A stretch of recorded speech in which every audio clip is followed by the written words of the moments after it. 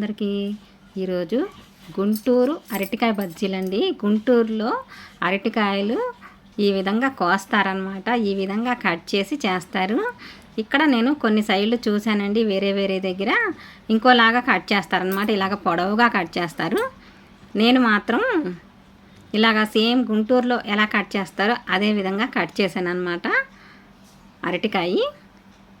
ఈ అరటికాయల్లో కూడా కూర అరటికాయ ఉంటుంది, అలాగే ఇదేమో మామూలుగా మనం బజ్జీలు అలాగ చేసుకోవడానికి అరటికాయలు ఉంటాయండి. 2 రకాలు ఉంటాయన్నమాట. కూర అరటికాయ తెచ్చామనుకోండి, చిన్నగా ఉంటుంది అది. అవి ముక్కలు ఇలాగా పొడవుగా రావన్నమాట. అవి మజ్జికి కోసుకోవాలి, ఇంకో విధంగా కోసుకోవాలన్నమాట. ఇవేంటంటే కొంచెం పెద్ద కాయ ఉంటుంది. అరటికాయ చక్కగా బాగుంటుంది అన్నమాట. అరటికాయ బజ్జీలు వేసుకోవడానికైతే ఇది కూర అరటికాయ కాదండి, ఇలాగ బజ్జీలు వేసుకునే అరటికాయ అన్నమాట. అరటికాయలు అన్నీ ఇలాగ కోసేసుకొని కొంచెం పసుపు వాటర్లో వేసేసానండి. పసుపు వేసి వాటర్లో వేసేసి పక్కన పెట్టేస్తున్నాను. అలాగే 4 పచ్చిమిర్చి తీసుకున్నానండి, అది మిక్సీ బట్టి తీసుకొస్తున్నాను.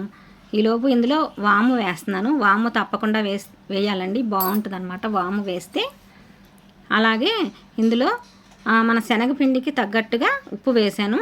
అంటే మనకి ఎక్కువ ఎన్ని బజ్జీలు కావాలంటే అంత శనగపిండి వేసుకోవడమే కదా. మనం ఇందులో కొలత అంటూ ఏమీ లేదండి.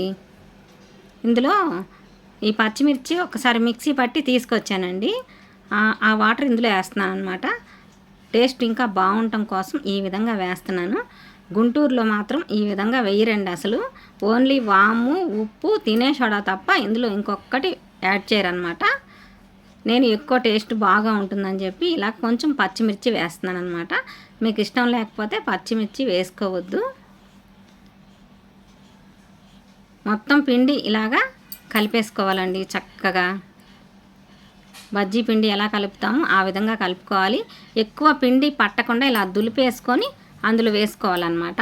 లేదంటే ఇలాగా ఎలా వస్తాయంటే ఇడ్లీలాగా లావుగా వచ్చేస్తాయి అన్నమాట. ఎక్కువ పిండి ఉందంటే తినేటప్పుడు అంత టేస్ట్ కూడా అనిపించదు. కొంచెం పల్చగానే ఉండాలన్నమాట.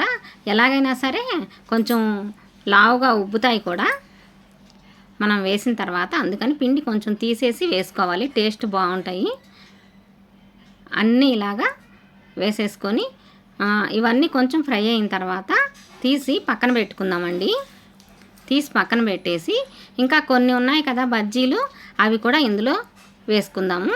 అన్నీ అలాగా ఫ్రై చేసామనుకోండి, ఈవెన్గా ఫ్రై అవ్వన్నమాట. ఒకవైపు ఫ్రై అవుతాయి, ఒకవైపు అవ్వవు. అందుకని లోపల కూడా మనం అరటికాయ కూడా చక్కగా ఫ్రై అవ్వాలన్నమాట. అందుకని ఇవి తీసి పక్కన పెడుతున్నాను. స్టవ్ సిమ్లో పెట్టేసుకోవాలండి ఈ టైంలో. కొందరు ఏం చేస్తూ ఉంటారంటే నూనె వేడి బాగా ఎక్కువ వచ్చేసిన తర్వాత వేసేస్తారండి. అలా వేసినప్పుడు ఏమవుతుందంటే నల్లగా అయిపోతాయి. లోపల మాత్రం అస్సలు ఉడకదండి. చక్కటి కలర్ కూడా రాదనమాట. కలర్ కూడా అందంగా అనిపించదు మనకి. అలా అని చెప్పి మొత్తం సిమ్లో పెట్టి వేసేసామనుకోండి, అప్పుడు నూనె అంతా పీల్చేస్తాయి అన్నమాట. అప్పుడు కూడా బాగోవు. ఎక్కువ నూనె పీల్చామంటే బజ్జీలు తినగలుగుతామండి మనం? అస్సలు తినలేమన్నమాట. బాగోవు, టేస్ట్ కూడా బాగోవు ఎక్కువ నూనె పీల్చడం వల్ల. ఒక్క చుక్క నూనె కూడా పీల్చకుండా చేసుకుంటేనే నూనె ఐటమ్ అనేది టేస్ట్ బాగుంటుందండి.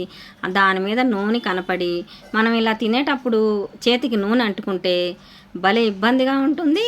అలాగే టేస్ట్ కూడా బాగోదండి. ఎక్కువ ఆయిల్ అనేది అస్సలు ఉండకూడదన్నమాట. టిఫిన్ సెంటర్ వాళ్ళకైతే ఇలా చేసుకుంటే చాలా చక్కగా ఉపయోగపడుతుందండి. చక్కగా ఈ విధంగా చేసుకోవచ్చు అన్నమాట అరటికాయ బజ్జీలు. చక్కటి లాభం కూడా వస్తుంది. మీరు ఎవరైనా టిఫిన్ సెంటర్ పెట్టుకోవాలి అనుకుంటే మాత్రం ఎప్పుడు అనుకుంటే అప్పుడు తొందరగా స్టార్ట్ చేసేయండి. మేము ఎలా చేసామనుకుంటున్నారు? ఒకే ఒక్కరోజు అనుకున్నామండి మనం కొంచెం పెడదాము అని. అలా అని చెప్పి ఎలా పెట్టుకున్నామంటే మేము ఒక గట్టు మీద పెట్టామండి అంతే. ఒక బండి లేదు మాకు, ఒక షాపు లేదు, ఏమీ లేవు, సామాన్లు కూడా లేవండి అసలు. ఇంట్లో ఉన్న స్టవ్ తీసుకెళ్ళి బయట పెట్టుకున్నాము. ఇంట్లో ఉన్న ఎంత ఉంటాయండి ఇంట్లోకి? మన కిలోలు తెచ్చుకోం కదా ఎక్కువ.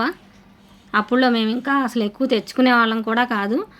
ఏయో అమ్మోళ్ళు ఇచ్చినవి ఏయో కొన్ని పప్పులు ఉంటే ఆ పప్పులతోటి నేను స్టార్ట్ చేసేసానండి. చాలా తక్కువ పెట్టుబడితోటి స్టార్ట్ చేశాను. ఒకరోజు అమ్మిన తర్వాత మనకి వచ్చిన డబ్బులతోటి ఒక్క రూపాయి కూడా నేను తీసుకోకుండా అదే డబ్బులతోటి నేను వెళ్ళి కిరాణా షాపులో రేపటికి కావలసిన సరుకులు మొత్తం తీసుకొచ్చానండి. ఫస్ట్ రోజు ఏం మిగలదు కదండి, ఎందుకంటే ఫస్ట్ రోజు చేస్తాం మనము. ఎంత పెట్టుబడి అనేది తెలియదు, ఏమీ తెలియదు, ఏదో ఇంట్లో ఉన్న వాటితోటే చేశానండి. మా స్టోరీ అంతా నేను ఒకరోజు తప్పకుండా చెప్తానండి, వీలు చూసుకొని చెప్తానన్నమాట. మీరు ఎవరైనా పెట్టాలి అనుకున్నప్పుడు వాయిదాలు వేయొద్దండి. అసలు ఎప్పుడు అనుకున్న పని అప్పుడే చెయ్యాలి. మనం ఎప్పుడైనా సరే అప్పుడు చెయ్యాలనిపిస్తుంది కదా, 4 రోజులు పోయిన తర్వాత ఆ పని చేయాలనే ఇంట్రెస్ట్ కూడా మనకు ఉండదన్నమాట. ఎవరో ఏదో చెప్తూ ఉంటారు, అదంట ఇదంట, ఇవన్నీ పర్మిషన్లు కావాలంట, అదండి ఎందుకులే మనకి తలనొప్పి, అవసరమా ఇవన్నీ మనం పెట్టుకొని రిస్కులు పడటం, మనం చేయగలుగుతామా ఏంటి ఈ పని అని అనుకుంటామన్నమాట. అందుకని మనం ఎప్పుడు అనుకుంటే అప్పుడు స్టార్ట్ చేసేయండి. వాళ్ళు ఏమంటారో వీళ్ళు ఏమంటారో అని ఎప్పుడు అనుకోవద్దండి. ఎవరు ఏమనుకున్నా పర్వాలా, మనం చేసే పనిలో తప్పు లేనప్పుడు మనం చక్కగా చేసుకోవచ్చండి. అంతేగాని వాళ్ళు ఏమనుకుంటారో అనుకుంటే వాళ్ళు వచ్చి మనకేమీ ఇవ్వరు. మనం బాగోపోయినా వాళ్ళు ఏదో ఒకటి అంటారు, మనం బాగున్నా ఏదో ఒకటి అంటారు, మీరు ఏ పని చేసినా ఏదో ఒకటి అంటారు. ఏమీ అనకుండా ఎవ్వరు అయితే ఉండరండి. వాళ్ళకి మాటలు కావాలి అంతే, ఏదో ఒకటి అనుకుంటూనే ఉంటారు. మనం అస్సలు పట్టించుకోవద్దు. నిజంగా మనం ఏంటంటే చెయ్యాలి అనుకుంటే మాత్రం ఎవ్వరి మాటలు పట్టించుకోవద్దండి. మీరు చెయ్యాలనుకున్న పని ఇప్పుడే మొదలు పెట్టండి. ఎవరు చెప్పినా వినొద్దు. ఫస్ట్ పెట్టంగానే మనకి ఏంటి బిజినెస్ అవ్వట్లేదు అలా అని కూడా మీరు అనుకోవద్దండి. తప్పకుండా సక్సెస్ అవుతారు, అవ్వకుండా మాత్రం ఉండరు. కొన్ని రోజులు టైం అయితే పడుతుందండి దేనికైనా కానీ. టైం పట్టకుండా ఈరోజు పెట్టేసాము, అమ్మో ఈరోజు బాగా అమ్మేయాలి, మనం ఈరోజే అవ్వలేదు ఇంకా రోజు ఏమైద్దిలే, మనం చేయగలుగుతామా ఏంటి అని అస్సలు అనుకోవద్దండి. తప్పకుండా స్టార్ట్ చేయండి. బాయ్ అండి, ఉంటానండి.